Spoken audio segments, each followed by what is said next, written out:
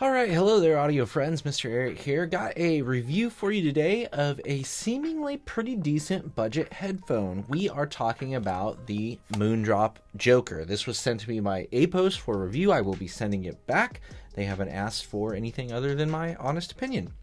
So, 70 bucks. It's a closed back, supposed to be kind of like a reference or studio tuned headphone. Did they pull it off? Is it worth the money? Is it tremendous bang for the buck? Let's talk about it. As with anything, I like to start with just kind of the packaging and what's in the box, and then the overall build and comfort, and then we get into sound at the end of the review. So first off, what do you need to know about what comes with it? Well, being Moondrop, it does come with the obligatory anime girl on the box, so you get that if it's something you care about. It comes with a cloth braided cable that is fairly cheap. I mean, it's not terrible. It's it terminates in dual 3.5 millimeter, which is fantastic, right? And of course, it's something you could easily swap out. Comes with a little 1/4 inch adapter, just like most of these things do. So really what we want to talk about here is, does this thing deliver for 70 bucks, right? That's really what we're looking at when it comes to this.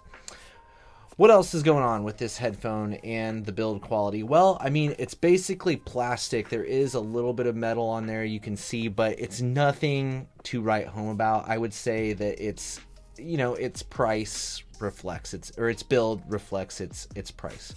One thing they talk about is being able to swap pads easily. You can see I can pop those off really quickly. Now, what pads you would use, I don't know. As far as what it comes with, I don't know if there's other options. It only came with this one set of pads. However, I do imagine that you could probably pop these pads off these rings and use any sort of like oval pad on here, and then they do pop back on fairly easily. So that is true. As far as comfort goes, you know, they're pretty lightweight. I'm not a huge fan, honestly. I had to really like bend mine and kind of manipulate the metal of them to get them to like fit good, and so the pads would actually seal against my face and stuff, which, I mean, it's a cheap headphone, so I don't really mind doing that with it. I just didn't get great fit out of the box for it.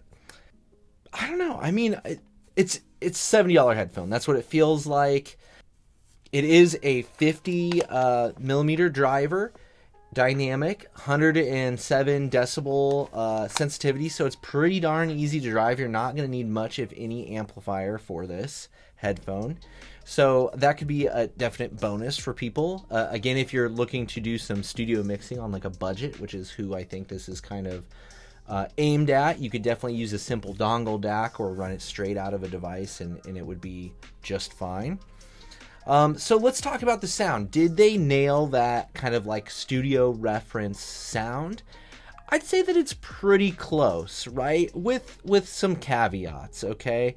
So I think it's definitely tuned in that direction. It's not an exciting headphone. It's not bombastic. It's not over the top. It's fairly linear. It's fairly neutral, I would say. I really think it's pretty well tuned, if I'm being perfectly honest. There's an adequate amount of detail for a $70 headphone, probably even better than average, I would say. Reasonable amount of separation going on within the mix. So as far as being a good like mixing, mastering headphone, I think they're probably in the ballpark of the right tuning and frequency response for that.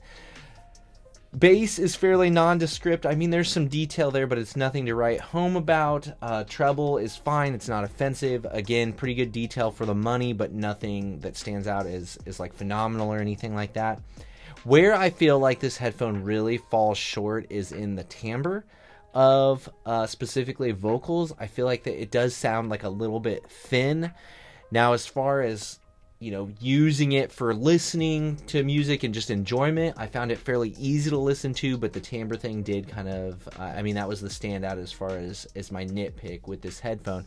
As far as a reasonably well-tuned headphone, reasonably detailed headphone, reasonably comfortable headphone, you know, for the price, I think they pretty much nailed all that. It's a $70 headphone, so it's not going to be perfect, right? And that's where that timbre deficit comes in. Is it the best you could buy for $70 for a closed back? Honestly, I'm struggling to even think of like what other closebacks you could buy for $70 that would be brand new that price. Certainly on the used market, I think I would lean towards something like a DT770 instead, and I think you could probably find one for a pretty comparable price. And that's probably where my preference would lie. But if you're looking for a specific for like mixing headphone for $70, and you want to buy new, and you don't want to fiddle with the used market, and you don't want to fiddle with amps and things like that, then I think this is a perfectly viable option.